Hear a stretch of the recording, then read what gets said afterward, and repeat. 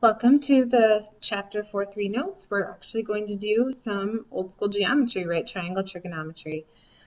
If you remember from last section, we learned about cosecant, secant, and cotangent, and those are just the reciprocals of sine, cosine, and tangent. And here's how this just goes through SOHCAHTOA. If you are new to the videos, I'm just going to go through the bare bones facts and do mostly the examples, so please come in with questions if you need them. We're going to go ahead and get started. This is our first example. It talks about a right triangle with legs that measure 4 and 3 centimeters. I drew it over here, and this is actually a great opportunity to talk about why it's good to know where theta is.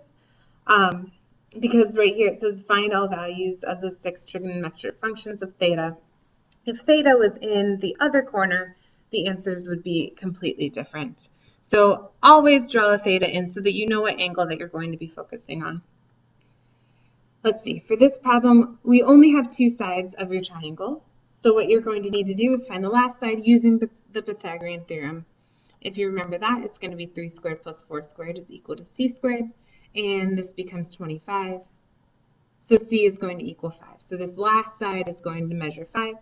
Now that we have theta in place and our final side, we can go ahead and evaluate the trig functions.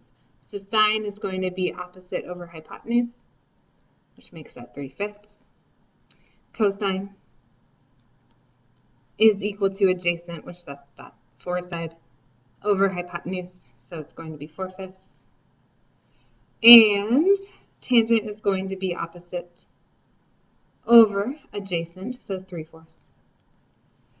Now that you have these 3 basic functions, what you can do is reciprocate them for cosecant, secant, so 5/4, and cotangent.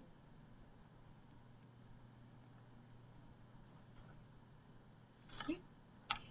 Moving on. We didn't really talk too much about cofunctions. What I will say is that we will do these more as we go through. Sine goes with cosine, tangent goes with cotangent, secant goes with cosecant. You might notice that their cofunctions have that prefix co to kind of help you remember what goes with what. We are also actually going to wait and do the trigonometric identities later in the chapter, so I want to just kind of move on to these other examples and just set up triangles in order to solve. In this case, it says that sine is equal to 0.6. 0.6 as a fraction is, I believe, 6/10, 3/5. What you can do is set up a right triangle, indicate where theta is, and since this is sine, that means that 3 is going to be your opposite side and 5 is going to be your hypotenuse. If you ever run into the situation where you are given a negative value, like sine is equal to -3/5, which we will, the hypotenuse is always going to be the positive of the 2. This last side is 4. And then all of these ratios are the same as the first example. So let's see first example.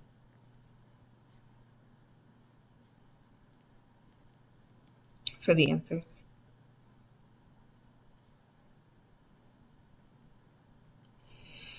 So let's use this idea to help us with example D. Tangent is equal to 3. To write that as a fraction, that's 3/1.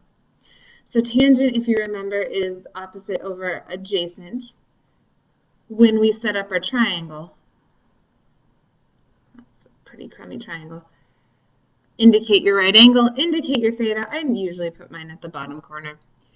My opposite side is going to be 3. My adjacent side is going to be 1. This is clearly not to scale, but that's okay. What we can do is solve for the last side using the Pythagorean theorem. And 3 squared plus 1 squared is 10. So the last side is going to be the square root of 10. I would like you to get in the habit of simplifying or taking out factors of the radical. The square root of 10, we cannot take any factors out, so we can leave it as such. What we can do from here is start setting up our ratios.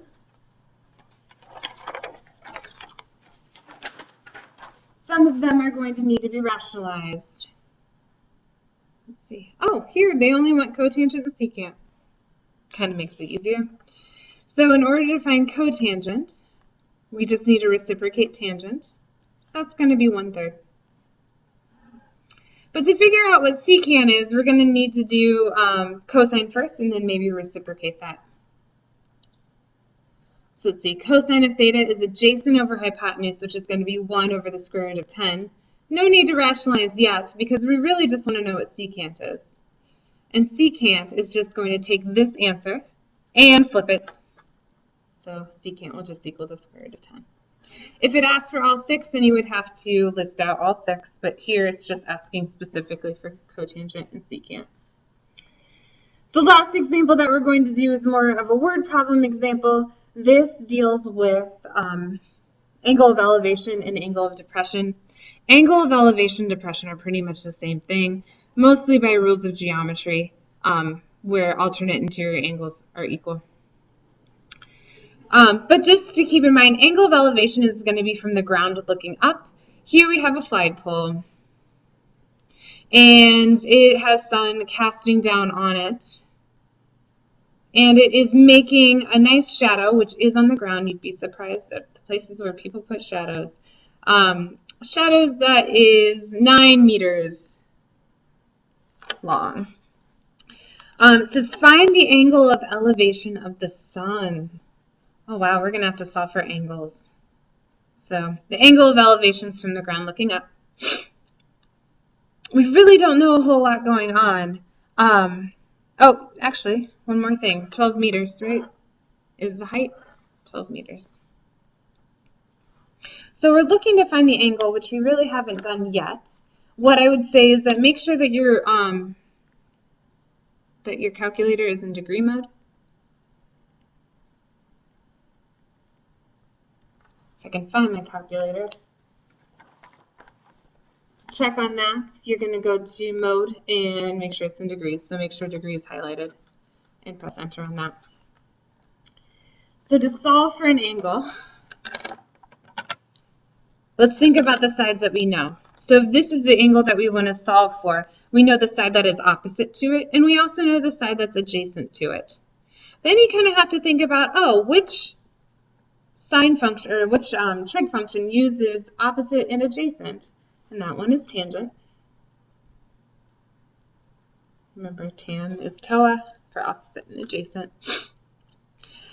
So we know that tangent of this unknown angle that we're trying to find is going to equal the ratio of the sides, that is 12 over 9. To solve for this angle, you're going to use this inverse button that is underneath the bars, 2 up from the 9. So to solve for theta, you're going to have to do the tangent inverse of each side. What happens when you take the tangent inverse of tangent, it just cancels out and becomes theta. So the tangent inverse of 12 over 9, let's see what that is. So in your calculator, press second tangent. 12 divided by 9. That angle, theta, is going to be 53.13 degrees. The last question, I will help you get set up. You have a river. Here it is. Hope you love my artwork. And I think there's 2 paths, and the person decides to, so he's 200, he or she is 200 yards away from the river. Rather than walking directly, it's going to walk 400 yards along a straight path. So here's the straight path. To the river's edge. It says find the acute angle between the path and the river's edge. So here's the path, here's the river's edge. We're looking for this angle right here. So you can figure out what ratio you're going to use and evaluate that either with your calculator or actually your unit circle. If you want to pause and give that a go, you can. And if you return in a second, you will find your answer. And there you have it. The angle that's made between the path and the river's edge is 30 degrees. The homework is at the bottom. Please come in with questions, and good luck.